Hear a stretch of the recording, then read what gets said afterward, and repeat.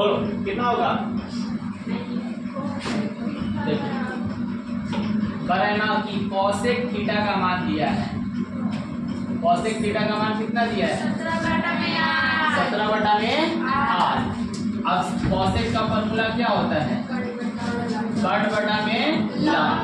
लंब का मान 8 और कट का मान 17। आधार निकालेंगे तो 15 आ जाएगा, क्योंकि 8, 15 और 17 का एक पाइथागोरियस ट्रिक बनता है। ठीक है, तो एक का आधार कितना आ गया? तो क्या इसका मान निकालना था? tan थीटा का फॉर्मूला होता है लंब बटा में आधार। लंब का मान कितना? 8 और आधार का मान 15। ऑप्शन नंबर बी सही हो जाएगा। ठीक है, चलो अगला क्वेश्चन देखते हैं। क्या दिया हुआ है? यदि 4 tan थीटा बराबर कितना है?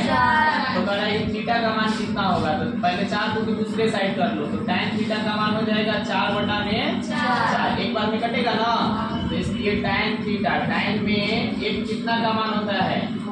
45 डिग्री का। तो tan खत्म हो जाएगा, तो कितना हो जाएगा? 45 डिग्री। तो थीटा का मान कितना? 45। Option C. अगला क्वेश्चन बताओ। कह रहा है कि 2 cos 3 थीटा बराबर 1, तो थीटा बराबर क्या होगा? ध्यान से समझना सब लोग। दिया हुआ है 2 cos 3 थीटा बराबर कितना है? 1। हम क्या करेंगे? 2 को इधर कर लेंगे, तो यहाँ से क्या बचेगा? cos 3 theta 1/2। और cos में 1/2 कितना का मान होता है? cos 60 का। cos में 1/2 कितना का मान होता है? cos 60 का। तो 3 थीटा, cos कट जाएगा, तो 3 थीटा बराबर कितना? 60। तो 3 से कटा देंगे कितना बार में? तो इसलिए थीटा बराबर कितना हो जाएगा? 30 डिग्री। Option number D. समझ में आ रहा ना? अगला क्वेश्चन देखो दिया हुआ है यदि थीटा बराबर 30 डिग्री। थीटा का मान कितना दिया है? 30 डिग्री। तो 2 cos थीटा, 2 थीटा का मान क्या होगा? कितना का मान ज्ञात करना है हमें? 2 cos 2 थीटा। इसी का मान निकालना है ना।